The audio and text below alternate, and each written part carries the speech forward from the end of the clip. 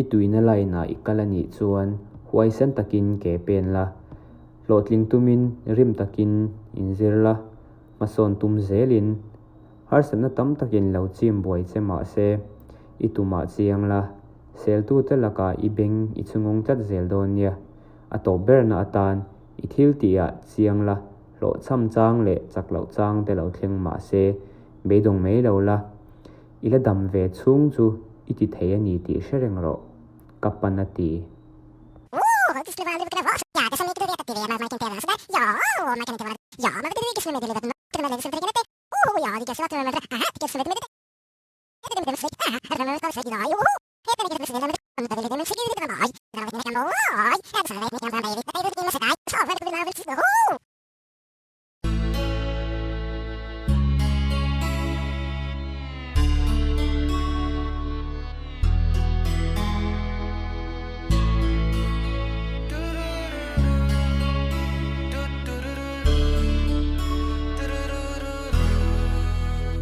An sui pial ral ki om ta kang i mo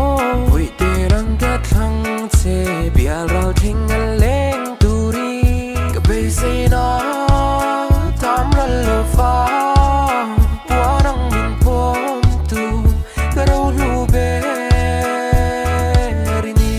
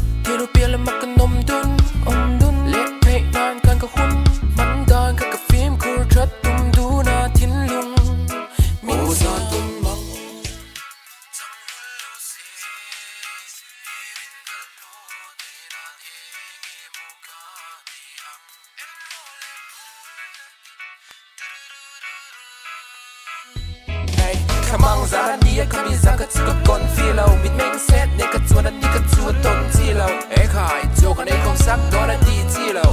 mama le dona mi ka banati du berura le du ka banasi relo la o kan nun nati relo we kan nun nani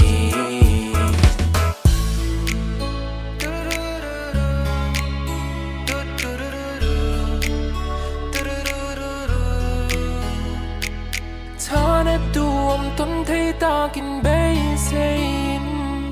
ni kir klarin ni zan lai a khan za po do lovin bia thu kalan an nem te in ga lim nan min cho o zan tun mang chang lo se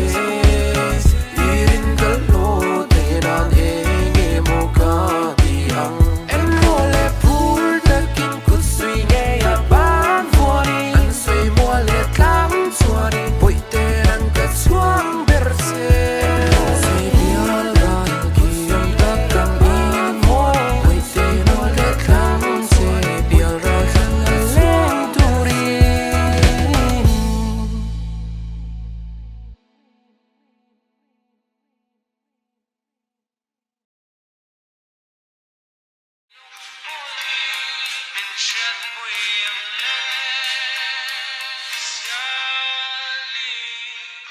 Tis over and on sea low.